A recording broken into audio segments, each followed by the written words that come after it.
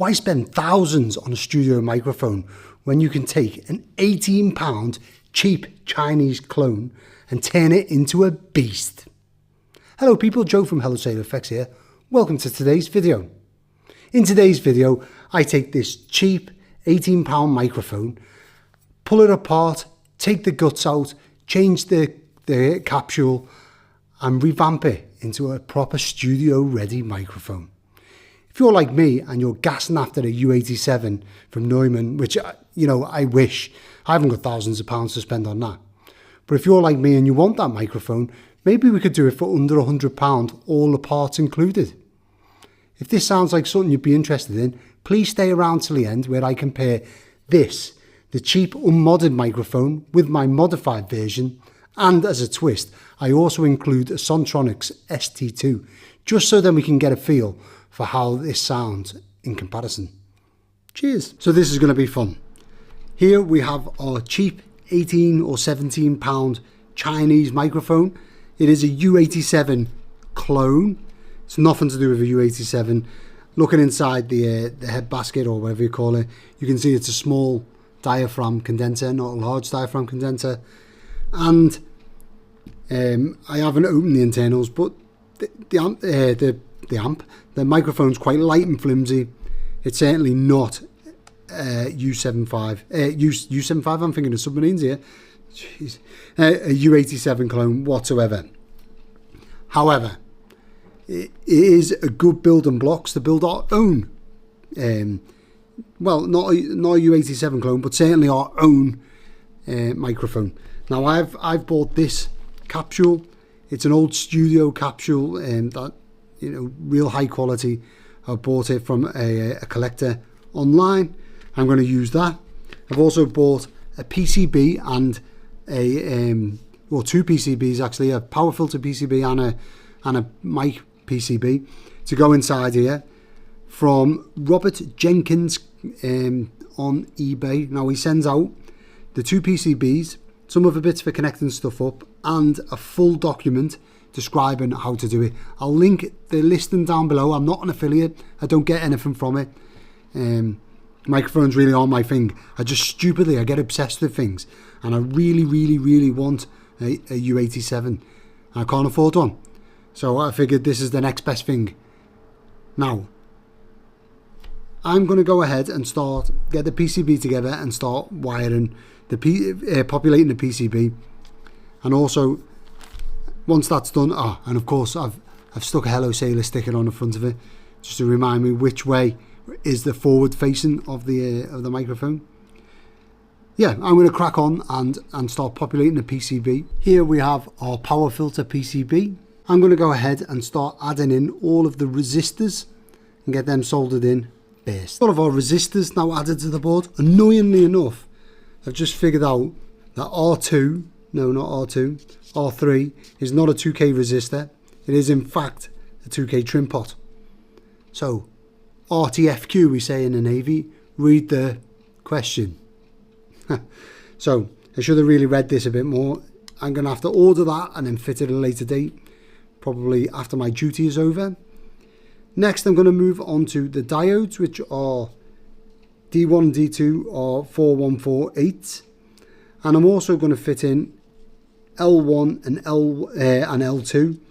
Now L1, it says in a note here, can fit to either L1 or L1A. It says not to solder it in place, just to put it in and then see which is quieter, I believe. We have our two diodes fitted and our two inductors fitted. Now L1 or L1A, what it says in the build notes is to put L1 into the L1A position without soldering it in, attach a 9-volt battery and see if you get a positive voltage out, or a larger voltage than what goes in.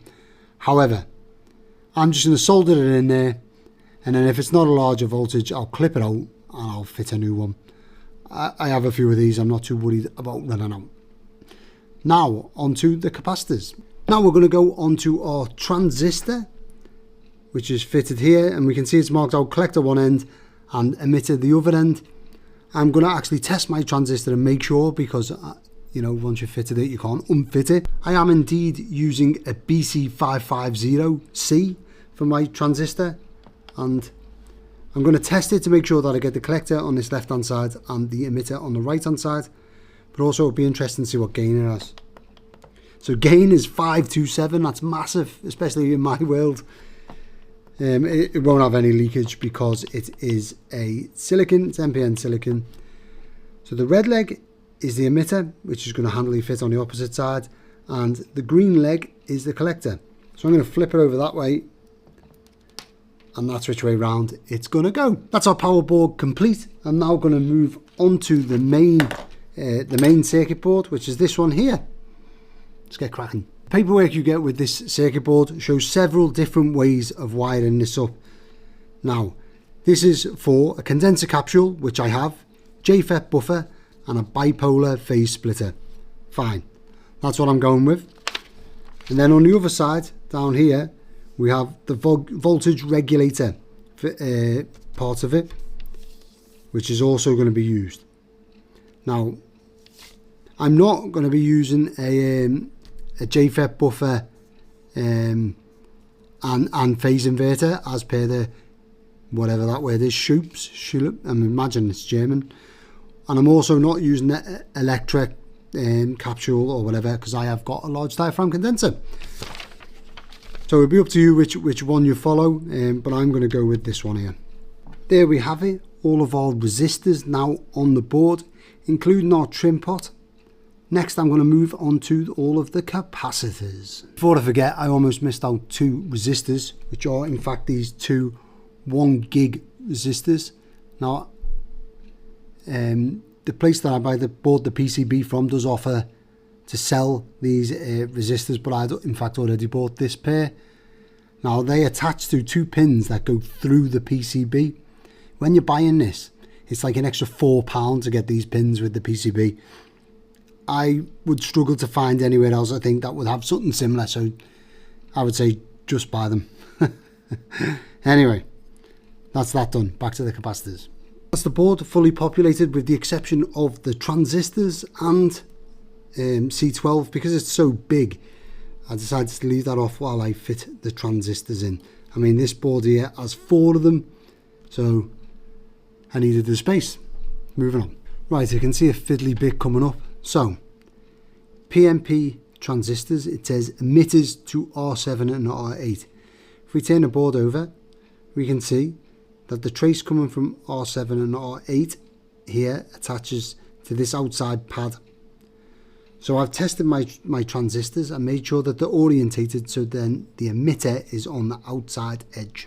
There we have our board completely wired up. It's a little bit fiddly, I'm not going to lie. This is definitely not my forte. I'm much more of a pedal builder than doing this PCB malarkey, but now we do have both boards ready to go. Next step is going to be to pull apart the microphone. Now it's time to move our attention to the microphone itself. I've never taken one of these apart. I never dreamed I would. So let's get stuck in. I assume we unscrew this bottom bit, which unscrewed really easy. Actually, this is going to be quite handy having this on camera, because I'll be willing to bet I forget where any of this stuff goes. It's a bit weird. So that bit comes off. We've got our little PTFE washer from up the top, and that is our circuit. If you think this is what's going to replace it, yeah, 1 transistor and a couple of caps. Oh no, there's some SMD as well, but 1 large transistor, but it looks like one of the legs isn't soldered properly. Good. Anyway, how do we get the top off? Because it doesn't unscrew. Let's do this I can only assume that it's these 2 screws here, if anyone can see them. Now I haven't got a Phillips head because I'm stuck in work. I've only got a flat head. It looks like I'm going to be able to get it in there. They actually feel quite loose, to be fair. I mean, I can't give a critique of this because it is like a £17 microphone. I think it cost something like £18 total to get shipped to me from China. So I can't really complain.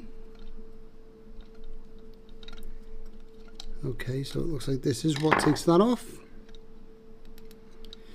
Now, I'm going to save this board because I've never built a microphone before and I'm sort of painting by numbers, not really knowing what I'm doing. So if it doesn't work, I will just put that back in there.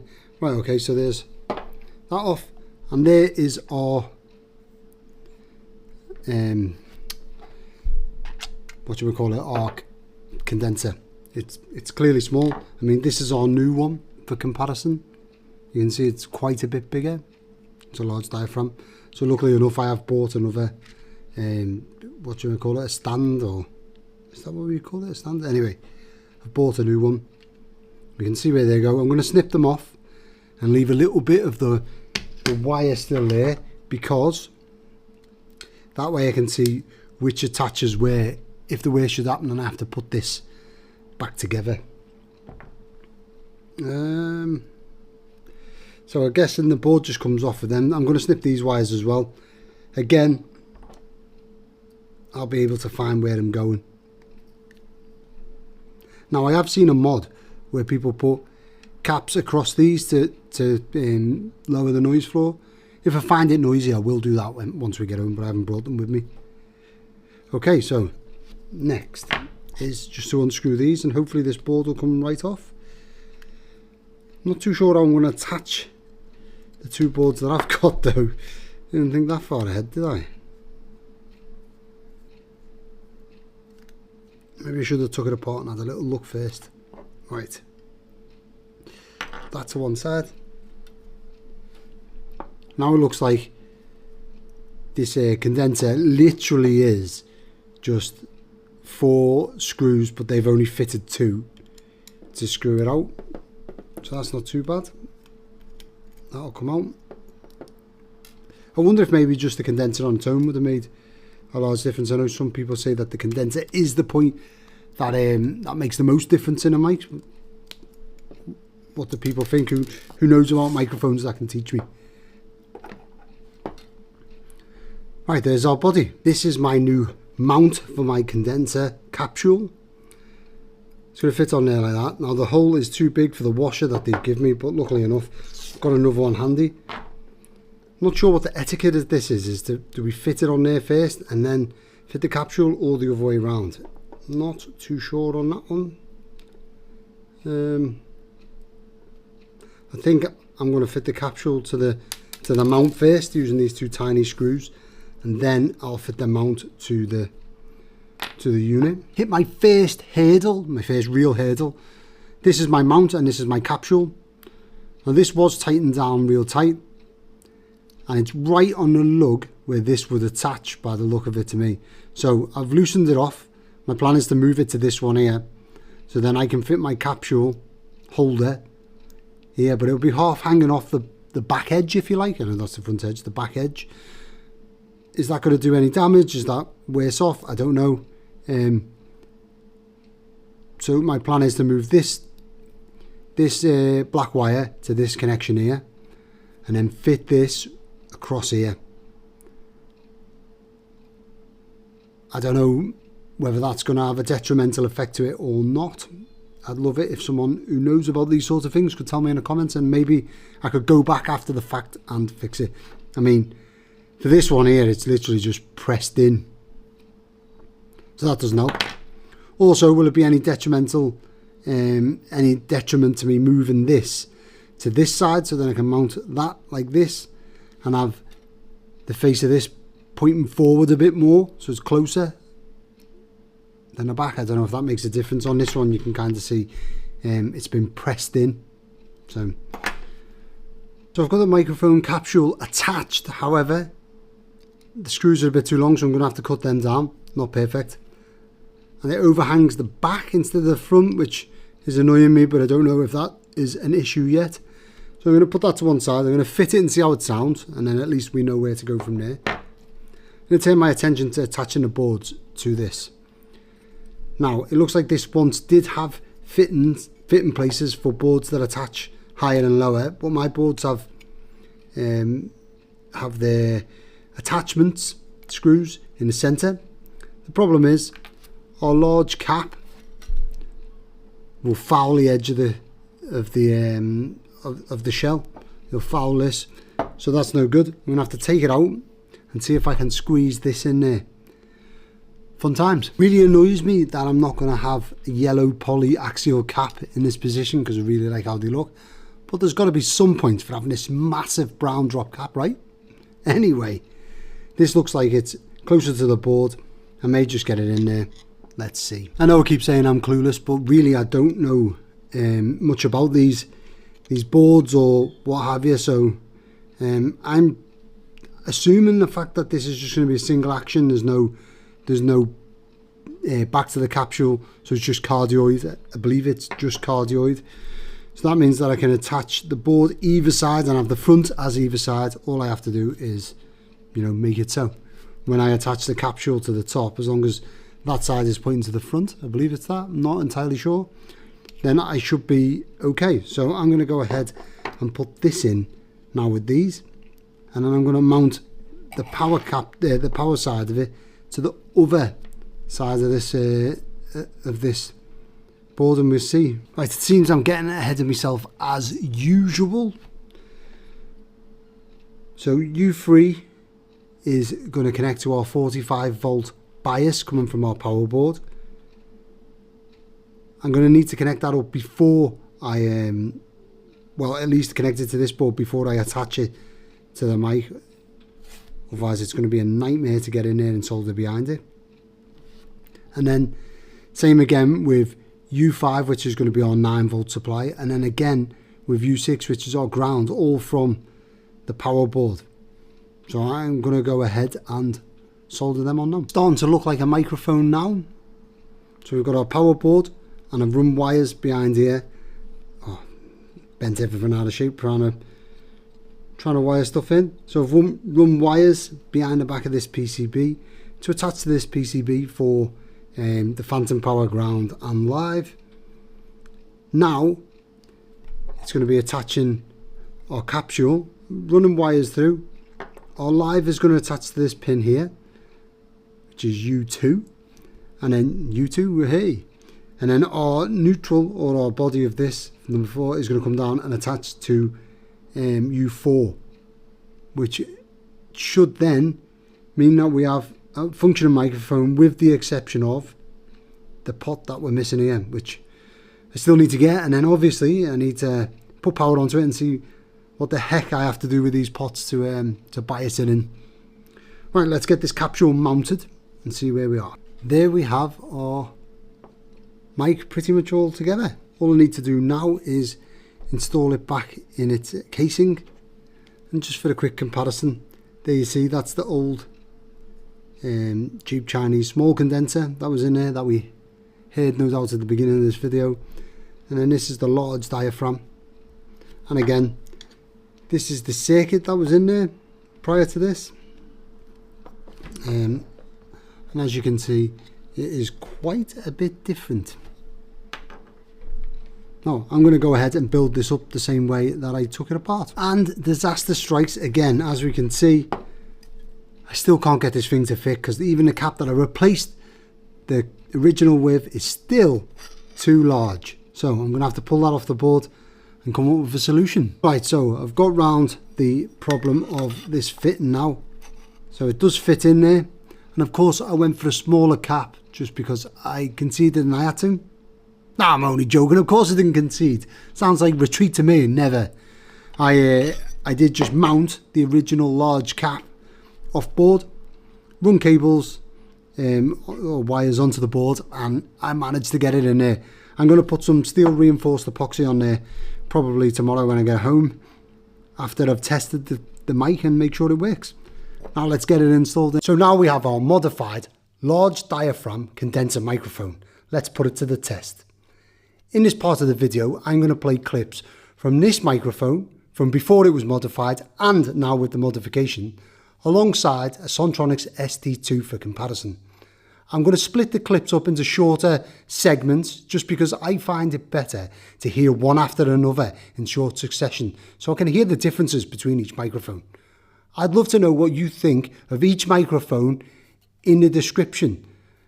Hopefully you'll enjoy the sound of the modified version more than an unmodified version, but who knows? Hello people, Joe from Hello Sailor FX here.